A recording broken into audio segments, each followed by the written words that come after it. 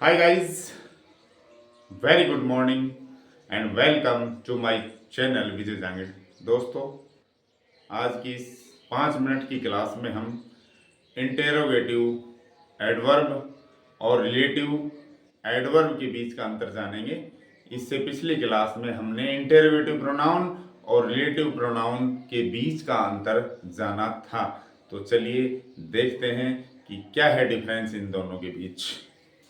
Interrogative versus relative adverbs. दोस्तों, adverb का मतलब होता है क्रिया विशेषण, अर्थात जो शब्द क्रिया की या विशेषण की या क्रिया विशेषण की विशेषता बताए उसे एडवर्ब कहते हैं। दोस्तों, जो इंटेरोगेटिव एडवर्ब्स हैं, प्रश्नवाचक क्रिया विशेषण, वो प्रश्न तो पूछते ही हैं, साथ में क्रिया के होने का ढंग, क्रिया का स्थान, क्रिया का समय, क्रिया या विशेषण की मात्रा आदि बहुत सारी चीजों को बताते हैं, इसलिए इनको इंटेरोगेटिव एडवर्ब्स कहा जाता है। दोस्तों, इंटेरोगेटिव एडवर्ब्स यहाँ जो भी आपको दिख रहे हैं सारे शब्द, मेन 4 ही इंटेरोगेटिव एडवर्ब्स होते हैं: व्हेन, वेयर, व्हाई और हाउ। ये 4 प्रश्न तो बनाते ही हैं, साथ में क्रिया का समय, क्रिया का स्थान, क्रिया का कारण, क्रिया का तरीका बताते हैं। दोस्तों, हाउ के साथ बहुत सारे और भी एडवर्ब्स बन सकते हैं, जो मात्रा बता सकते हैं, संख्या बता सकते हैं, समय बता सकते हैं, आदि दूरी बता सकते हैं। तो ये सारे ही इंटेरोगेटिव एडवर्ब्स हैं। इनसे जब भी कोई वाक्य शुरू हो और अंत में प्रश्नवाचक चिन्ह हो तो ये सारे इंटेरोगेटिव एडवर्ब्स कहलाते हैं, नहीं कि इंटेरोगेटिव प्रोनाउंस। इंटेरोगेटिव प्रोनाउंस मैंने बताया था आपको, हु, हुज, हुम, विच और व्हाट होते हैं, लेकिन ये सारे के सारे इंटेरोगेटिव प्रोनाउंस नहीं, इंटेरोगेटिव एडवर्ब्स होते हैं ये। When do you get up? Where are you going? Why was the child crying? How are you? How many children does?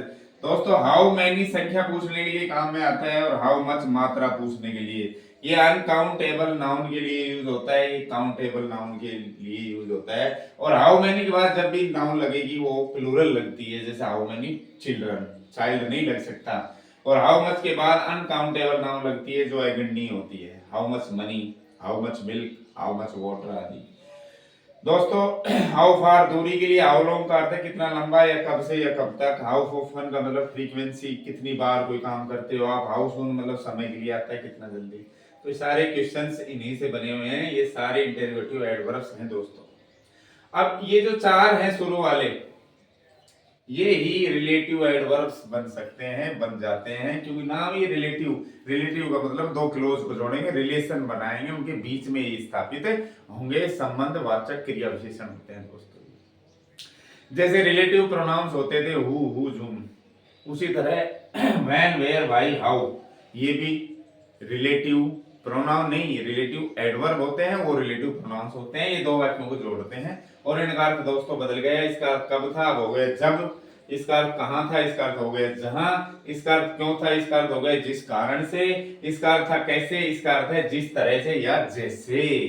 दोस्तों, जब भी हम रिलेटिव प्रोनाउंस या रिलेटिव एडवर्ब से दो वाक्यों को जोड़ते हैं तो वो जो सेंटेंस है जिसमें ये लगेंगे क्लोज में, वो रिलेटिव क्लोज कहलाता है। और रिलेटिव क्लोज को जब हम रिलेटिव एडवर्ब या रिलेटिव प्रोनाउन से शुरू करते हैं और फिर उसको दूसरे किसी क्लोज के साथ जोड़ देते हैं तो पूरा सेंटेंस कॉम्प्लेक्स सेंटेंस बन जाता है। दोस्तों, रिलेटिव प्रोनाउन या रिलेटिव एडवर्ब करके क्या बनाते हैं हम, रिलेटिव क्लोज। और रिलेटिव क्लोज के साथ जब हम दूसरा क्लोज जोड़ते हैं, प्रिंसिपल क्लोज, तो पूरा एक सेंटेंस बन जाता है जिसको हम कॉम्प्लेक्स सेंटेंस कहते हैं। दोस्तों, इनका अर्थ भी बदल गया। और दूसरी बात, जहां ये लगेंगे उनसे पहले एंटीसीडेंट आता है, पूर्ववर्ती मतलब संज्ञा या सर्वनाम। जैसे वैन से पहले समय आएगा, कोई भी समय या खुद टाइम भी आ सकता है। वेयर से पहले जगह का नाम आएगा या प्लेस भी आ सकता है। वाई से पहले रीजन आएगा, कारण आएगा। लेकिन हाउ से पहले दोस्तों कोई एंटीसीडेंट नहीं आता है। चलो कुछ वाक्यों के माध्यम से समझते हैं। It was Monday when she got married. सोमवार था जब वो मैरिड हुई, उसकी शादी हुई।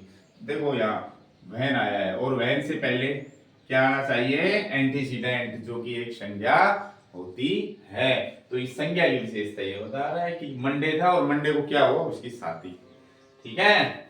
तो इसी तरह वेयर जहाँ है उससे पहले स्थान, जरूरी नहीं प्लेस आए, कोई जगह का नाम अलवर, जयपुर, कलकत्ता, बम्बई कुछ भी आ सकता है, जगह यहाँ पर आएगी फिर वेयर आएगा।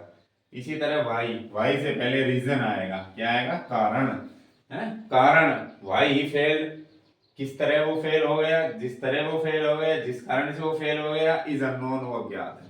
लेकिन दोस्तों व्हेन वेयर वाई से पहले तो एंटीसीडेंट आएगा, मतलब समय स्थान या कारण, बट हाउ से पहले एंटीसीडेंट अगर है तो वो गलत है, क्योंकि दी वे भी वही काम कर रहे हैं जो हाउ काम करते हैं।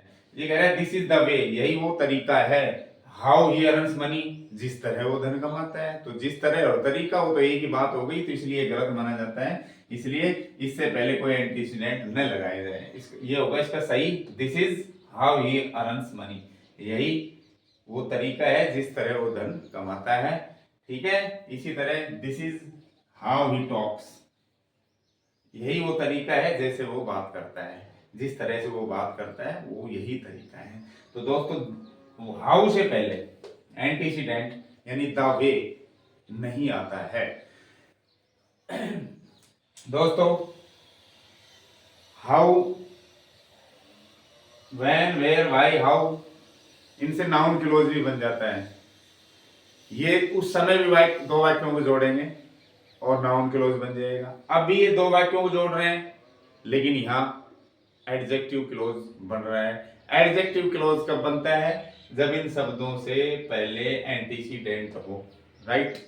लेकिन अब आप कहेंगे कि इनसे पहले एंटीसीडेंट नहीं है, तो ये कौन सा क्लोज होगा दोस्तों, हाउ से नाउन क्लोज भी बनता है और हाउ से रिलेटिव क्लोज भी बनता है।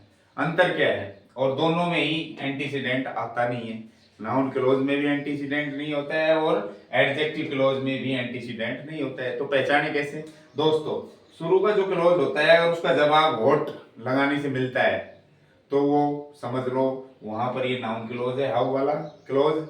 और अगर इस सेंटेंस में व्हाट लगाने से इसका जवाब नहीं मिल रहा है तो समझ लो वो एडजेक्टिव क्लोज होता है। जैसे मैं कहूं I know how you earns, मैं जानता हूं तुम कैसे कमाते हो। एक बात और है, नाउन क्लोज में जो ये शब्द है ये प्रश्न बनाते हैं, इनडायरेक्ट क्वेश्चन का बहुत कराते हैं, यानी हाउ माने कैसे, जैसे उत्तर नहीं होता है इसमें, कैसे इनडायरेक्ट।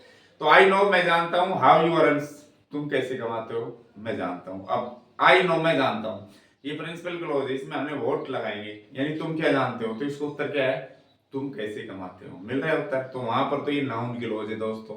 और मैं कहूं this is how he talks, तो this is what is this, ये क्या है, इसका कोई जवाब ही नहीं मिल रहा हमें, तो this is how he talks, यह वही तरीका है जैसे वो बात करता है। इसमें क्या है, प्रिंसिपल क्लोज में वोट लगाने से हमें जवाब नहीं मिलता है, और इसमें इसका अर्थ निकलता है जिस तरह से जैसे, और नाउन क्लोज में हाउ का अर्थ निकलता है दोस्तों जैसे इनका मूल अर्थ होता है ये वाला।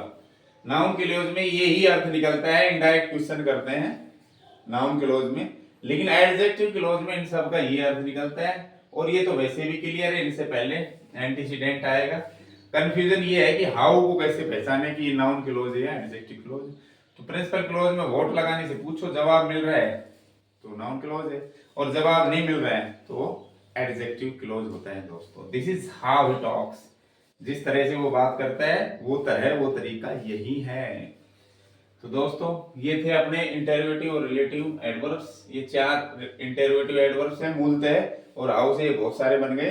इनसे कोई वाक्य शुरू और प्रश्नवाचक चिन्ह हो तो ये इंटरोगेटिव एडवर्ब्स कहलाते हैं। और ये शुरू के जो 4 है ये रिलेटिव एडवर्ब्स हैं, ये 2 वाक्यों को भी जोड़ते हैं, लेकिन इनसे पहले एंटीसीडेंट यानी संज्ञा आनी चाहिए। संज्ञा मतलब समय, स्थान या कारण, रीजन आना चाहिए, तो ये क्या कहलाएंगे, फिर वहां पर रिलेटिव एडवर्ब्स कहलाएंगे। और हाउ भी रिलेटिव एडवर्ब, हाउ भी क्या है, रिलेटिव एडवर्ब है, लेकिन इससे पहले कोई एंटीसीडेंट नहीं आता है, ध्यान रखना। तो ये हो गए अपने रिलेटिव एडवर्ब्स। आशा करता हूँ ये वीडियो आपके लिए बहुत ही मददगार साबित होगा। दोस्तों अगर मेरे द्वारा बनाई गई वीडियोज आपको अच्छी लग रही हैं तो लाइक शेयर करना न भूलें। चैनल को सब्सक्राइब नहीं किया है तो सब्सक्राइब करें। Thank you, good bye.